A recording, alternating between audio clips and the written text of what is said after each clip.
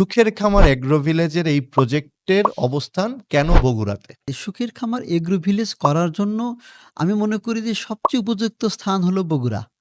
কারণ আমি বলতে আমার আমার স্টাডি অনুযায়ী আমি বলতে পারি যে বগুড়া হলো বাংলাদেশের কৃষির রাজধানী। এটা নামকরণটা আমারই দেওয়া হয়তো। কিন্তু আমি এটা জোর আবেদন করতে চাই যে এটা বাংলাদেশের কৃষির রাজধানী হিসেবে ঘোষণা করা হোক। কেন আমি এটা এমনটা বলছি দেখেন, বগুড়াতে বগুড়ার কাহালু থানা, শেরপুর থানা এবং শিবগঞ্জ থানা, এই থানার মাটি এত উর্বর যে বছরে ৩ টা ফসল তো হয়ই, সারা বছর চাষ করা যায়, আবার একই সঙ্গে একই জমিতে একাধিক ফসল তৈরি করা যায়। তার মানে এই মাটি হলো সোনার চেয়ে খাঁটি বা সোনার চেয়ে দামি বলে আমি মনে করি।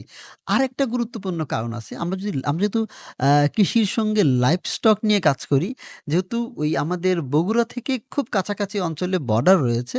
বর্ডার থাকার ফলে যেটা হইছে যে উন্নত ব্রিডের গরু, ছাগল বা এই ধরনের পশু ওই অঞ্চলে অনেক বেশি পাওয়া যায় এবং ভালো ব্রিডের আ পশু এখানে সবসময় পাওয়া যায়। যার ফলে আমরা যদি লাইভস্টক সংগ্রহ করতে চাই, আমাদের জন্য খুব ইজি হয়। এই কারণেই দেখবেন যে আমাদের এখান থেকে সবসময় আ বিভিন্ন খামারিরা পশু নিয়ে যায়। কেন? কারণ সারা দেশে সবসময় এভেইলেবল হয় না এ ধরনের পশুগুলো। এইটা একটা কারণ।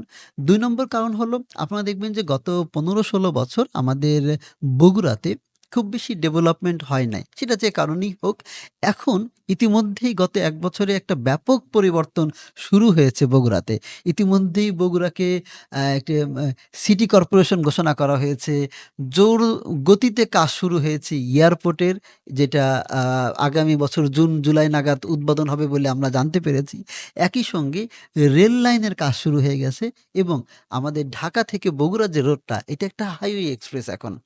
কাজেই 4 লেন হওয়ার পরে এটার গতি এত বেড়েছে যে আপনি এখন ৪ ঘন্টায় ঢাকা থেকে বগুড়া চলে আসতে পারবেন এবং এয়ারপোর্টও কিন্তু আমাদের প্রজেক্ট থেকে মাত্র ৮.৫-৯ কিলোমিটারের মধ্যে।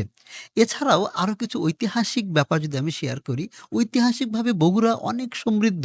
আপনি জানেন যে বগুড়া মহাস্থানগড় রয়েছে।